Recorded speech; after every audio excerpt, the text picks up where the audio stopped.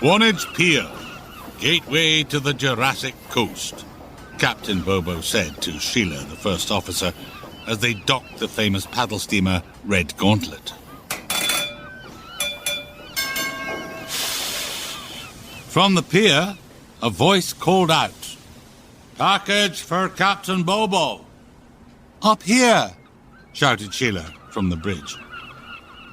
Captain Bobo carefully opened the package. "Look, Salty," he said to his pet Scotty dog. It said in the advert, it's a designer take on a classic dog chew. Each chew was about half a metre long, with 2 knobbly bits at either end. He turned to Sheila and said, "They just look like a collection of old bones to me." But Salty didn't mind. His tail wagged with excitement. He gripped one end of his new chew and pulled and tugged with all his might. "At least it's good exercise for Salty," said Captain Bobo. "And, talking of exercise, we're off for a walk along the shore."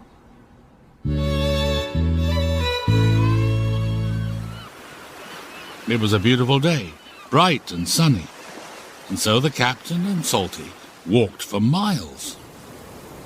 They passed through a magnificent sea arch, carved through a rocky cliff, and walked further on along the beach. In the next bay, they came across a group playing frisbee, Salty's favourite game. Captain Bobo met a sailing friend, and they started chatting. With Captain Bobo busy, Salty decided to join in the frisbee fun. But first, he needed to protect his precious chew, so he trotted off to the back of the beach, carefully checked there was no other dogs looking, and dug out a little hollow in the sand.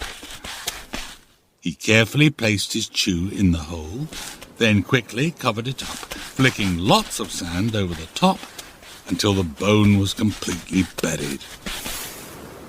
Salty rushed back down to the beach to join the fun. He really was an expert. Try as they might, the others simply couldn't beat him. That is, until he misjudged a leap and the frisbee hit him on the nose.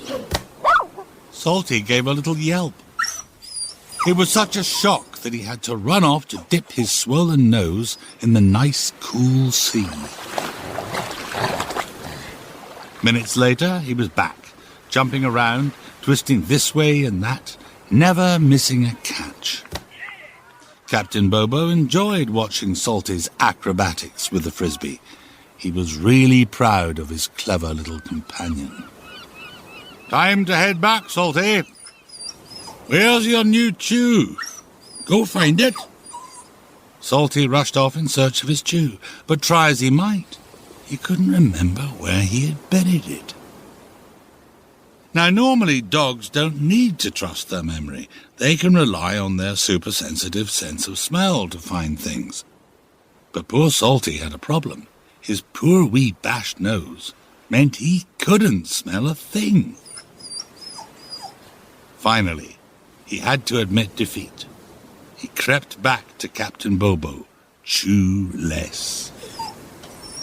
"Never mind, Salty," said the captain. "It was a silly thing anyway. I mean, who has ever heard of a ship's dog with a designer chew?" It was a whole week before the captain, Salty, and the crew on board Red Gauntlet found themselves back at Swanage Pier. Over breakfast, they heard a breaking news story on the radio. A young Dorset family has made an amazing discovery. Daughter Poppy, aged 6, was digging when she discovered a mystery object deep in the sand. Her father explained, "We know the coast here is famous for fossils, and the minute I saw what Poppy had found, I knew it was from a dinosaur." Experts from the Natural History Museum in London are now on their way to the site. Captain Bobo was intrigued, but he didn't have time to listen further, as they had a busy day in front of them. They were expecting over 100 passengers for a cruise that would take them along the coast to Lyme Regis and back.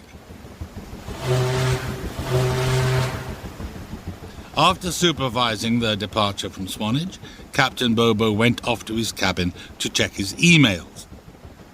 As soon as he logged in, a news flash came up on his screen. There were pictures of the find. Just then, Salty trotted in with another doggy treat in his mouth. Captain Bobo looked at Salty, then at the picture on the screen again. Surely not.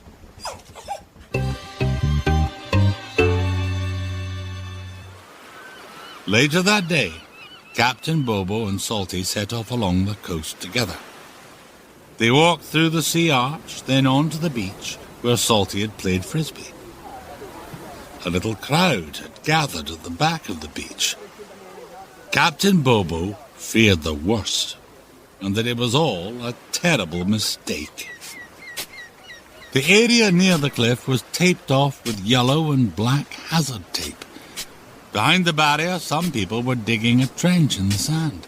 Others were on their hands and knees, carefully scraping away at rocks with little trowels or dusting off loose sand with fine brushes. Against the cliff face was a large collection of items neatly set out, all tagged and numbered.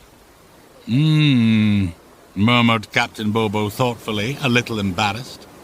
He wasn't at all sure how he was going to explain things. Salty's nose twitched. He caught the smell of something familiar. He dodged underneath the hazard tape and trotted right up to the pile of precious artifacts. There was only one item Salty wanted.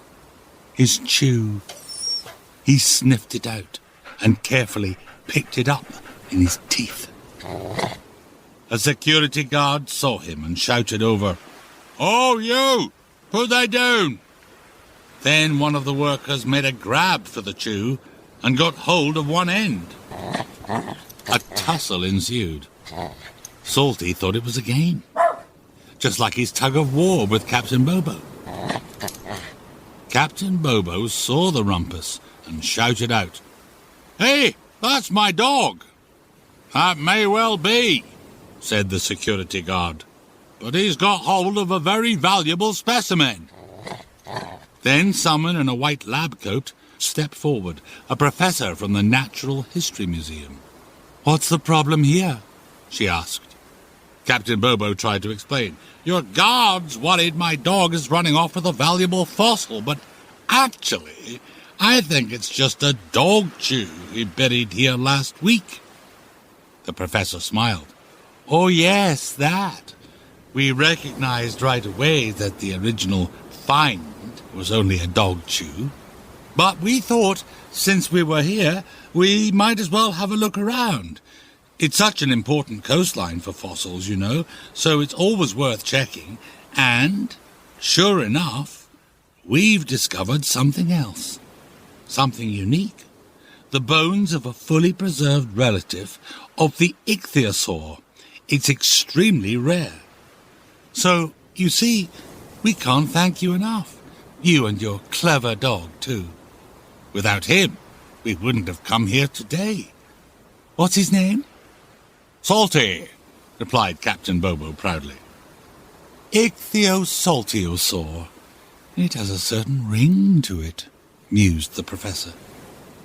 Captain Bobo heaved a great sigh of relief and looked round for Salty. He was back, digging in the sand. "Come on, Salty," called the captain. "I think you've made more than enough interesting discoveries for one day. Time for home."